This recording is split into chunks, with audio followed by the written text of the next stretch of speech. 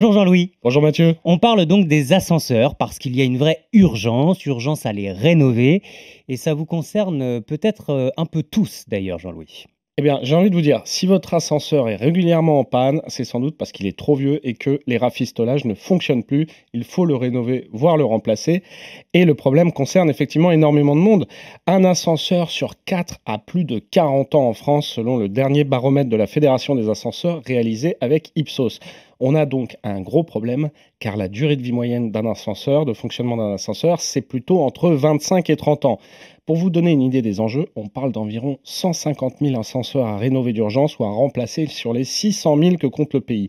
Or, on a tendance parfois à l'oublier, mais l'ascenseur, c'est un élément essentiel pour la vie quotidienne des Français, que ce soit en HLM, dans les copropriétés privées, au bureau ou dans de nombreux bâtiments publics. En particulier quand on est âgé, quand on a un handicap, quand on habite dans des étages élevés pour faire ses courses ou lorsqu'on a des enfants en bas âge. D'ailleurs, quand on interroge les Français, les trois quarts d'entre eux indiquent s'en servir régulièrement et un peu plus d'un Français sur quatre s'en sert même tous les jours. Mais c'est quand même un peu inquiétant, la vétusté de ces appareils, est-ce que c'est dangereux?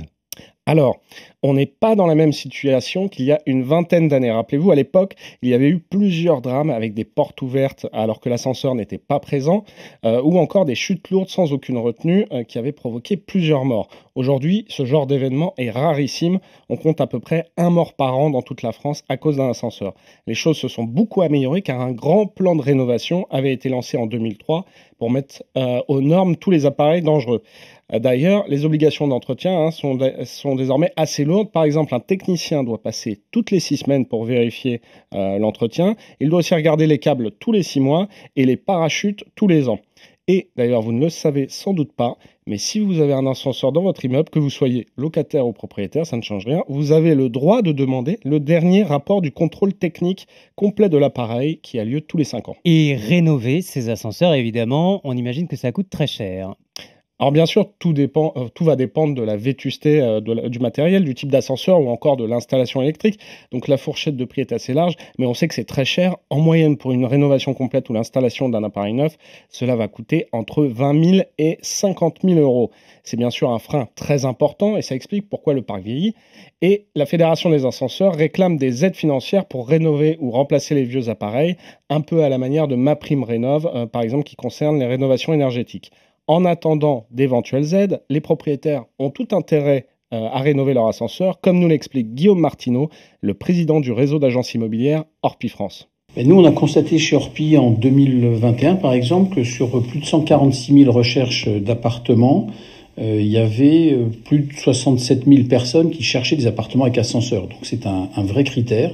C'est un critère de confort. Et souvent, nos propriétaires hésitent à faire des travaux sur les ascenseurs en disant je laisse ça à mon successeur.